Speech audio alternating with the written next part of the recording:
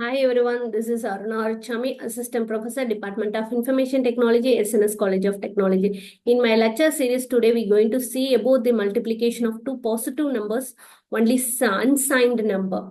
How we can do the multiple operation that we're going to see it over here.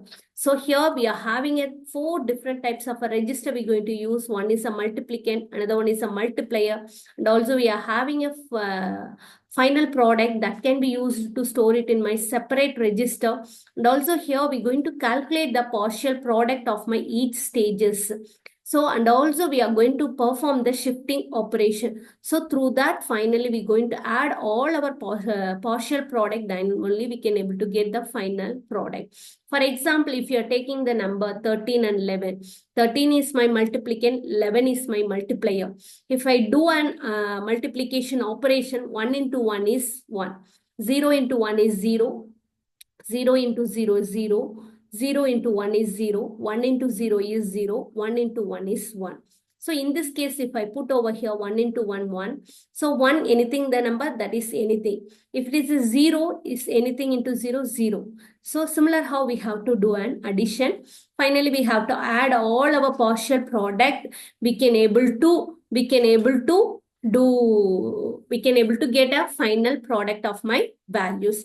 So here I have to give the rules for the binary multiplication as well as the binary addition. So this is the how a normal multiplication algorithm can be worked out. So in my architecture, how it can be performed means this is a shell structure of multiplication operation. Each cell is capable of storing only one bit. So here, those I have represented over here, this is a partial product. So this is a final product, P0, P1, P2, P3, P4, P5, P6, and P7. If I do the multiplication of this thing, I have to do A0 into B0, B0 into A1. Again, B1 into A0, B1 into A1. If I add this thing only, we can able to get P0, P1, P2, P3. This is the architecture structure. So here why we are using an AND operator means, so we have to do an addition A dot B. So AND operator can able to perform the A dot B. So that only we are using an AND gate. The AND gate value we have to do it, send it to the fast adder to add all our partial product. In this case, I have a carry in and carry out. Same how we are doing the addition operation. Similar how it can be worked out. So this is a sequential circuit for the binary multiplication. So in this case, we have to use a certain algorithm how we can do the multiplication of a two positive number. So initially, I have to set A equal to 0. That is my resultant register to be a 0. And also C, that is my carry bit also I'm going to set it as a 0, or I'm going to set my count bit equal to N. So M is my multiplicand, Q is my multiplier. I'm going to check my Q0 bit, that is a least significant bit. If it is a 1, it is equal to 1, I'm going to just do a light operation. If it is not equal to 1, I have to do A equal to A plus M. So this could be converted until my product can be reached. Finally, I can able to produce the resultant bit.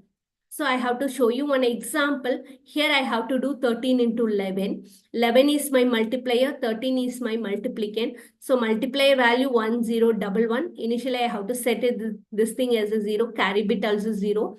My multiplicand 13 is this one. So first I have to do what I have to do? I have to do a Q0 equal to 0. So here I am checking Q0 equal to 1. If it is Q0 equal to 1, I have to do a equal to A plus M. So I have to do A equal to A plus M. So this value will be coming over here. Again, I'm going to shift right. Shift right. Again, I'm going to check my Q0 value. Q0 value is equal to 1. Again, I have to do A equal to A plus M. So this is my final A. This could be added over here. It get produced like this. Again, I have to do a right shift. So in this case, after writing here, I am having a 0. If it is a 0, I doesn't do any operation. I am going to do a right shift. Here I am checking this is a 1. So I have to do A equal to A plus M, and then I have to do a right shift.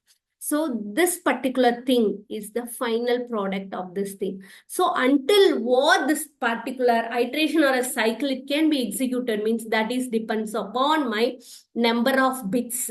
So that is a n. If it is a n is 5, I have to go for a 5 iteration. If n is 4, I have to do a 4 iteration. Similarly, you can work it out these two problems.